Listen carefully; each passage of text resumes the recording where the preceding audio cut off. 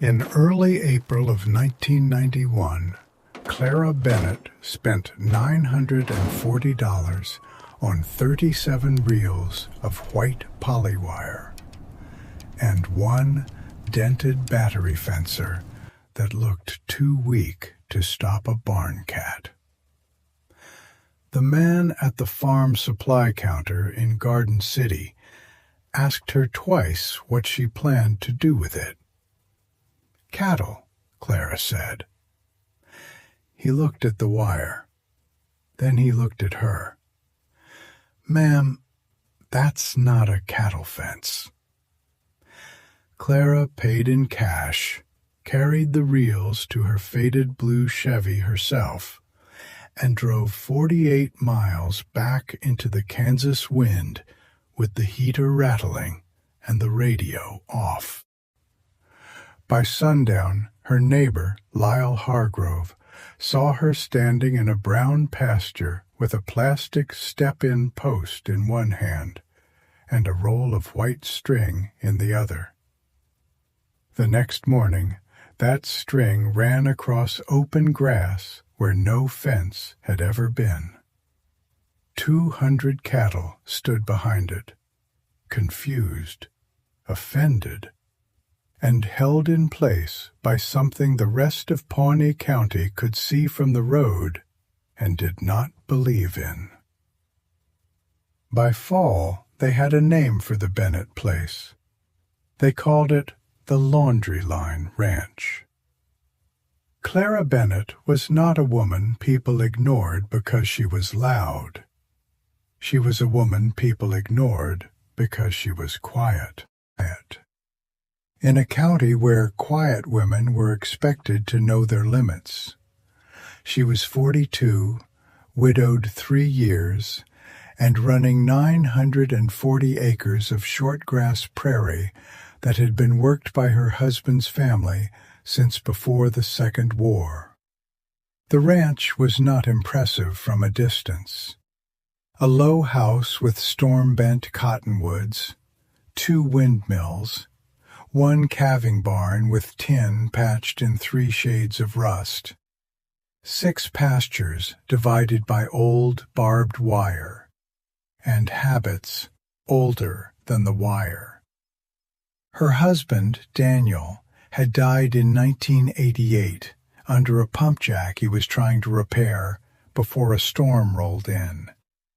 Clara found him with grease still on his hands, and rain hitting the sheet metal roof so hard she could barely hear herself breathe. After the funeral, Daniel's older cousin told her the kindest thing would be to lease the grass out and move into town. Clara thanked him, made coffee for everyone in the kitchen, and after the last truck left, she walked the south pasture until dark. That was where her father had taught her to think. Her father, Warren Pike, never owned much land. He ran leased ground, mended other men's fences, and kept a red pocket notebook in the bib of his overalls. Rainfall, grass height, calving dates, which swales stayed green after a dry June, which hilltops burned out first. He wrote everything down because, as he told Clara when she was 12, memory was proud and dirt was honest. "You don't learn grass from the road," he told her. "The road lies. Your boots don't." So after Daniel died, Clara walked. She walked the North Flat where the blue grama had thinned into little gray islands. She walked the windmill pasture where cattle had packed the soil into a hard saucer around the tank. She walked the low draw that should have held side oats and western wheatgrass, but instead carried more bare ground every year. The ranch was not ruined. That made it easier for other people to miss. It was simply slipping, a little wider between plants, a little less litter on the ground, a little faster runoff after a hard rain, a little more hay bought each winter, a little more pressure on the checkbook, the cattle, and Clara's sleep. Most ranchers around her called that normal. The high plains were hard. Grass came and went. Rain decided everything. A person could manage fences, salt, bulls, water, and debt. But rain belonged to God. Clara believed that too. But she had also been reading. Not glossy ranch magazines with clean bowls on the cover. She was reading photocopied newsletters sent from a grazing group in Texas. University pamphlets about plant recovery. Sent from a grazing group in Texas. University pamphlets about plant recovery. And letters from a ranch couple in South Dakota who had stopped letting their cattle choose the same favorite grass twice in the same month. The idea sounded simple enough to be embarrassing. Grass could survive being bitten hard. What killed it was being bitten again before it had recovered. The old system spread cattle out across big pastures and called that mercy. But cattle were not fair. They returned to the sweetest plants, the easiest slopes, the softest draws, again and again, until the best grass was punished for being best. Clara began to see the ranch differently, not as 6 pastures, as time. Every plant needed a bite, then a rest.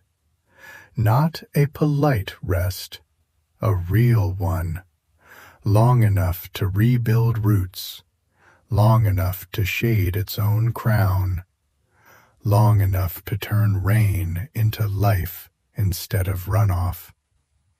Permanent fence was too expensive. She could not carve 900 acres into 30 or 40 cells with steel posts and barbed wire. But she could draw temporary lines, light polywire, plastic posts, a battery fencer, portable water where she could manage it, small paddocks, short grazing, long recovery. To Pawnee County, it looked like a widow stretching clothesline through cow country. To Clara, it looked like buying time. The first week was ugly. The cattle tested the wire, bawled at it, leaned into it, and jumped backward when the pulse snapped through their noses. One Hereford Cross cow tore through a corner and dragged 40 yards of polywire like a wedding veil, until Clara cut her off near the windmill and rebuilt the line in silence. Lyle Hargrove watched from his pickup at the section road. He did not wave. At Berryman's feed counter 2 days later, he described it to 3 men and 1 hired hand eating from a paper sack. "She's got cows penned with thread," he said. "White thread, like she's sewing the pasture shut." That was the first laugh. Hundreds more. By midsummer, the story had legs. Clara Bennett had gone strange after Daniel died. Clara Bennett had bought toy fence. Clara Bennett was crowding cattle on purpose and calling it management. Clara Bennett had a map in the barn with numbers all over it, like a school project. Clara Bennett was moving cows so often the cattle probably needed calendars. The jokes were not always cruel. That almost made them harder. Men smiled when they said them. Women lowered their voices and used Clara's loneliness as a kind of explanation. Nobody called her foolish to her face. They called her stubborn. Say when they want to sound kinder than they are being. Clara heard enough. At the elevator, outside the post office, in the grocery aisle where two wives stopped talking too late. She did not answer. She had no proof yet, only wire, a notebook, and grass that needed more time than gossip allowed. In 1992, Clara divided the home quarter into 9 grazing cells, then 12, then 15 when she found a better way to reach water without overusing the tank lot. She cut old mineral tubs in half and used them as temporary troughs. She dragged hose farther than was sensible. She learned which reels jammed in dust, which posts snapped in hard ground. She learned to move cattle before they were ready to move, because waiting until a paddock looked finished meant she had already waited too long. Every entry went into what she called the grass ledger. Paddock number, entry date, exit date, days of recovery, rain since last grazing, cow condition, grass height, bare ground, notes. Paddock 4, grazed too close near south slope, do not repeat. Paddock 7, wheatgrass seed heads returned in low corner. Paddock 2, soil still crusting near tank, move water sooner. Paddock 11, cattle settled faster, less bawling. The ledger did not flatter her. That was why she trusted it. The second year, a young range technician named Aaron Vale came out from Kansas State after hearing, through 3 phone calls and 1 doubtful extension agent, that a woman in Pawnee County was trying high-density rotation with temporary electric fence. Aaron arrived in a university pickup with a soil probe, a clipboard, and boots too new for the place. Clara almost sent him away. Then he knelt in the grass before he asked his first question. That saved him. She showed him the North Flat first, because it still looked poor and she did not want him impressed for the wrong reasons. Then she showed him the South cells, where the grass had rested through most of the previous summer. Aaron pressed the probe into the soil, frowned, moved 10 feet, pressed again, and wrote numbers down without speaking. "What are you looking for?" Clara asked. "How hard the ground says no," he said. Clara liked that. He came back twice that year, in late spring and again after the first dry spell. He compared her rotated cells to one back pasture she had left mostly unchanged, and to a neighboring pasture across Lyle Hargrove's fence line, with permission Lyle gave because he assumed the study would settle things the proper way. It did not settle them in the direction Lyle expected. By 1993, the white wire was no longer just a joke. It was an irritation. Because the Bennett place had begun to look different. Not pretty, not miraculous. Still Kansas, still wind-burned, still brown by August, still stingy with rain. But there was more cover between the bunches, more old grass lying flat on the soil, less dirt showing in the low places. The tank lot no longer looked like a hammered circle. On the south cells, western wheatgrass had thickened in strips Clara remembered as dust. A thin stand of little blue stem showed itself along a rise, where she had not seen it since Daniel was alive. She did not announce any of it. She marked it in the ledger. That spring, her calves came off heavier by an average of 31 pounds compared with the year Daniel died. She bought 22% less winter hay than the previous year. Her conception rates improved enough that the vet asked what she had changed. Timing, Clara said. He waited for more. She did not give it to him. At Berryman's, the laughter shortened. Men still talked about the Laundry Line Ranch, but now some of them had driven slowly past the fence and had seen enough to feel bothered. Lyle Hargrove felt it first and hated it. He had known grass for 40 years.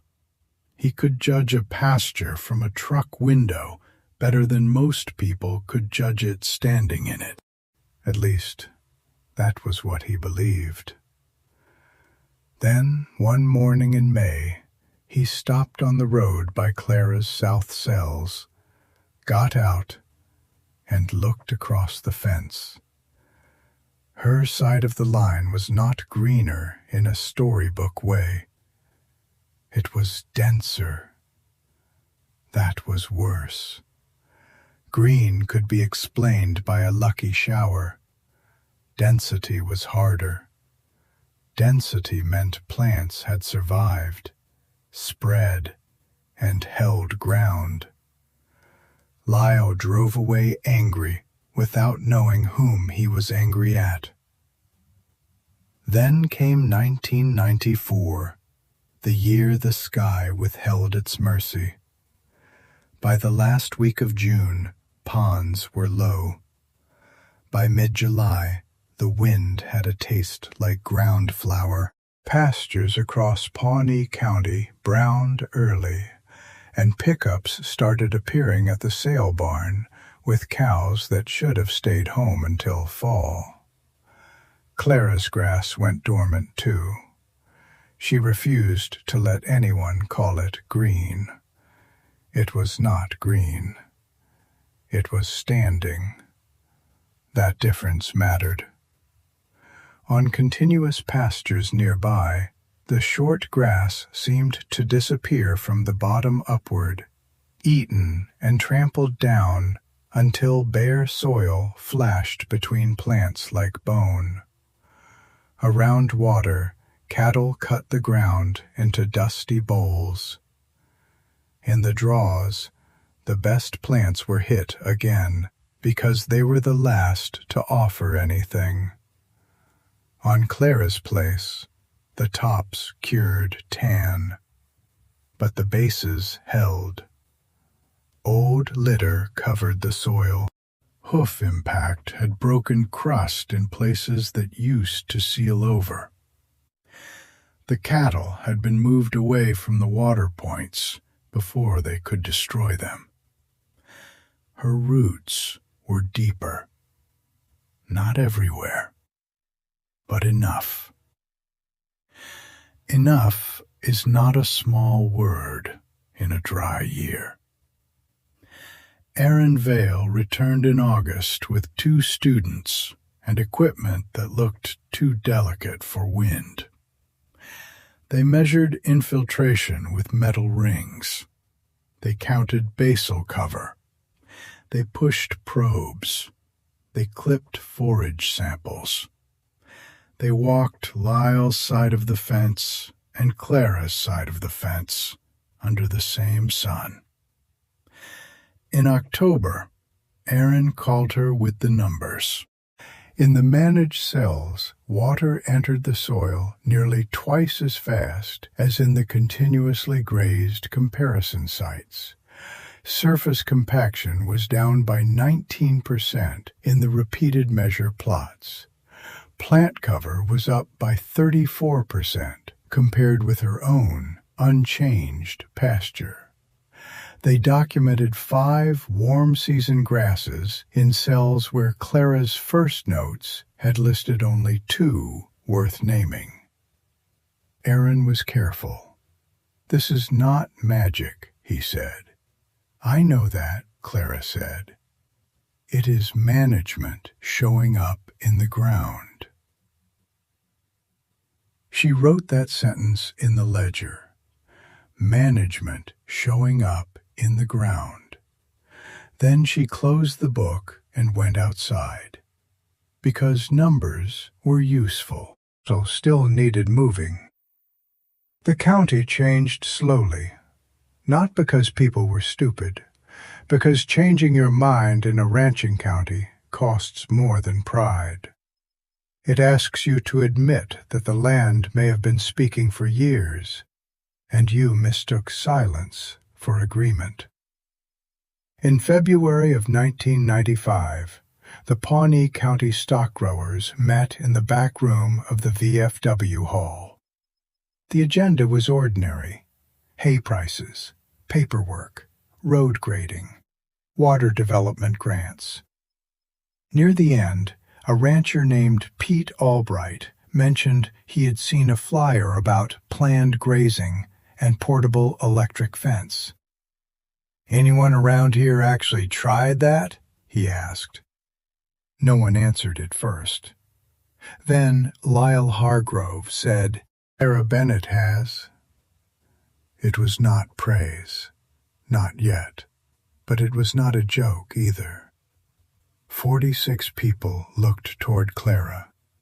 She sat 2 rows from the back, hands folded around a styrofoam cup gone cold. "How long?" Pete asked. 4 seasons, she said. "What's it done?" Clara could have said a great many things. She could have told them about the first cow tearing through the wire. She could have told them how many times she had rebuilt corners with dust in her teeth. She could have told them who laughed and where. Instead, she said, "I kept records." The room shifted. Ranchers may not trust theories. They trust records more than they admit. 2 weeks later, Pete came to our place. Lyle, though he arrived as if the truck had turned there by accident. Then Berryman, who wanted to know whether he should stock more reels of polywire, or whether he would be stuck looking at them all summer. Clara walked them through the cells with the ledger under her arm. She showed them where the north flat was still weak. She showed them where she had overgrazed a slope in 1992 and paid for it with a slow recovery. She showed them where grass had returned. She showed them the water points. She showed them Aaron's numbers, then made them push a screwdriver into both sides of a fence line. That did more than the numbers. On Clara's side, the screwdriver slid deeper before the ground resisted. On Lyle's side, it stopped hard. No one spoke for a moment. Finally, Lyle said, "Same soil." Clara nodded. "Same rain," Pete said. Clara nodded again. Berryman looked at the white wire humming lightly in the wind. "Well," he said, That's inconvenient. The real test came that summer. The drought did not break in 1995. It sharpened. By July, sale barn receipts told the story no one wanted to say out loud. Cow-calf operators were selling pairs early. Hay calls started before noon and kept coming until dark. Men who had mocked Clara's little cells began doing arithmetic on napkins at the diner, trying to decide whether to feed through winter or cut the herd before everyone else cut theirs. Clara cut numbers too. She was not foolish enough to pretend management replaced rainfall. She sold 12 open cows and delayed buying replacement heifers. She tightened recovery periods where she had to, and lengthened them where she could. She made hard decisions with a pencil before the pasture forced them with hunger. But she did not liquidate. She did not call in emergency hay. Her calves slipped some, but not like the county average. Her cows stayed rougher than she liked, but they stayed breeding animals, not auction casualties. The cells that had been rested longest, held standing feed after similar neighboring ground, had turned to dust and stems. One evening in late July, Lyle drove up while Clara was moving wire. He got out, took off his hat, and stood there while she reeled in a line. "I owe you something," he said. Clara kept turning the reel. "I said you were cracked." "I heard." "I said Daniel would have stopped you." That made her stop. Lyle looked at the ground. "I had no right." No apology in the world can go back and remove a sentence once it has been said in public. Clara knew that. Lyle knew it too. She set the reel against her boot. "Daniel would have asked if it worked," she said. Lyle looked across the paddock. The cattle were already pushing toward the fresh cell, not panicked, not confused anymore. They knew the routine better than some men in the county did. "Does it?" he asked. Clara picked up the ledger from the tailgate and handed it to him. "Read it yourself." In September, Aaron Vale presented his findings at the Pawnee County Stock Growers' special meeting. Clara did not want the meeting named after her, so Pete Albright called it a Grazing Records Night. 61 people came, more than had come for the water grants. Clara stood beside a folding table with her ledger, pasture maps, Aaron's data sheets, 3 broken step-in posts, and 1 faded reel of white polywire. She did not give a speech. She explained the map, cell by cell, season by season, mistake by mistake. That was what changed the room. Not success. Mistakes. People expected a convert to sound certain. Clara did not. She showed where she had moved cattle too late, where she had misjudged recovery after a cold spring, where one paddock had needed 112 days before she should have touched it again, where another could handle a shorter return because the cover was better than expected. When someone asked what the secret was, she said, "There isn't one. That's the aggravating part."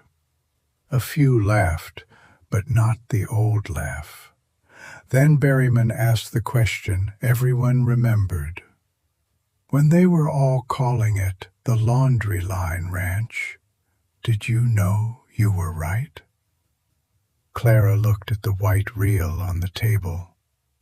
"No," she said. "That's why I wrote it down." The room went still, not embarrassed, not exactly, recognizing. There is a kind of courage that looks like certainty from the outside because it keeps moving. But inside, it is not certainty. It is discipline. It is the willingness to measure your own doubt without letting other people's doubt do the measuring for you. 1997, 7 ranches in Pawnee County were using portable electric fence in some form. Not all well, not all patiently. A few quit after one season because grass does not obey impatience, but some stayed with it. Pete Albright divided 2 quarters into 21 cells and kept better records than anyone expected. Lyle started with 1 abused pasture behind his house and spent 2 years bringing cover back before he admitted publicly that Clara had been right. Berryman stocked white polywire by the front door, and by then nobody laughed when a rancher bought it. Aaron Vail wrote his master's thesis on the Bennett Ranch. The title was Careful, Dry, and Academic. Clara thought the title made Living Grass sound like a filing cabinet.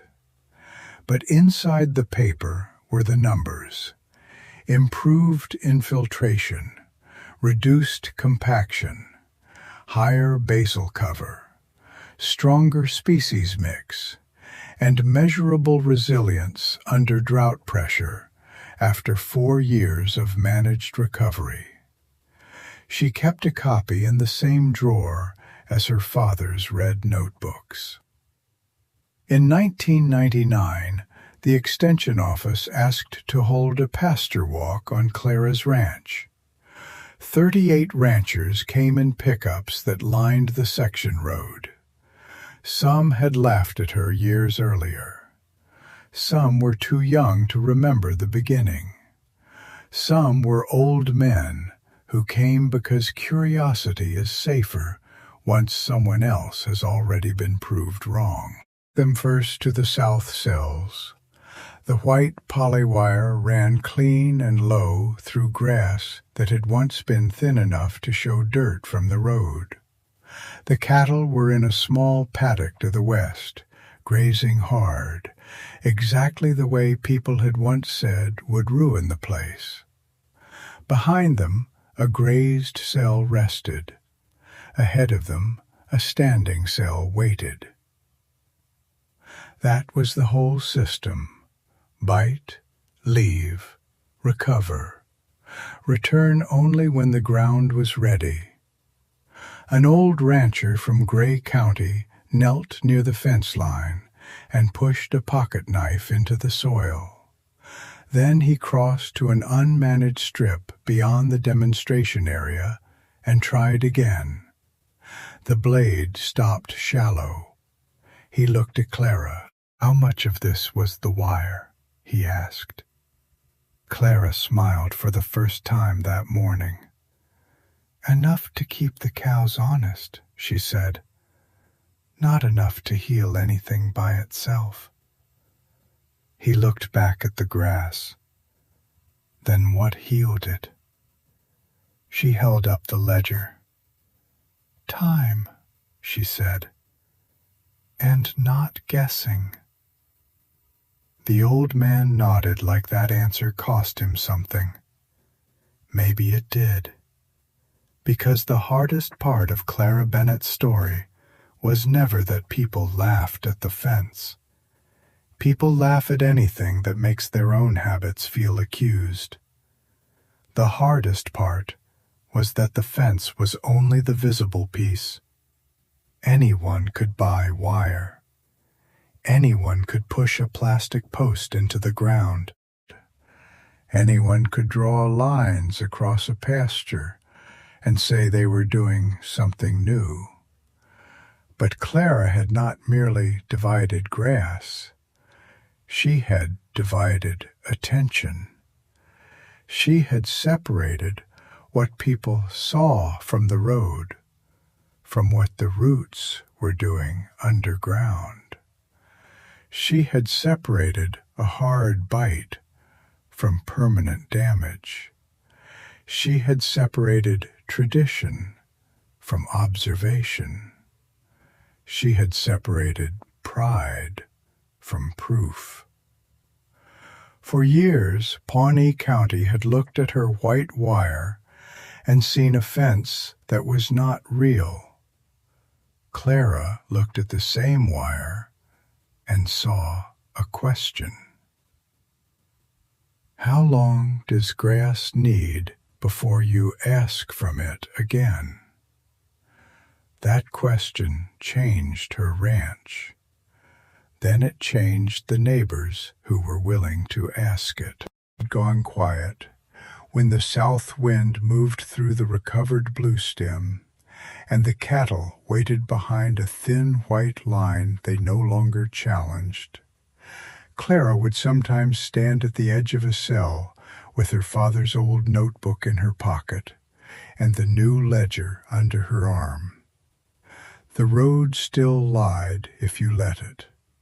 Boots still told the truth, and the wire was still thin enough to look foolish from a distance. But the ground under it had become harder to laugh at. Clara Bennett did not buy a fence. She bought time for the grass. And time was the thing everyone else had stopped giving it.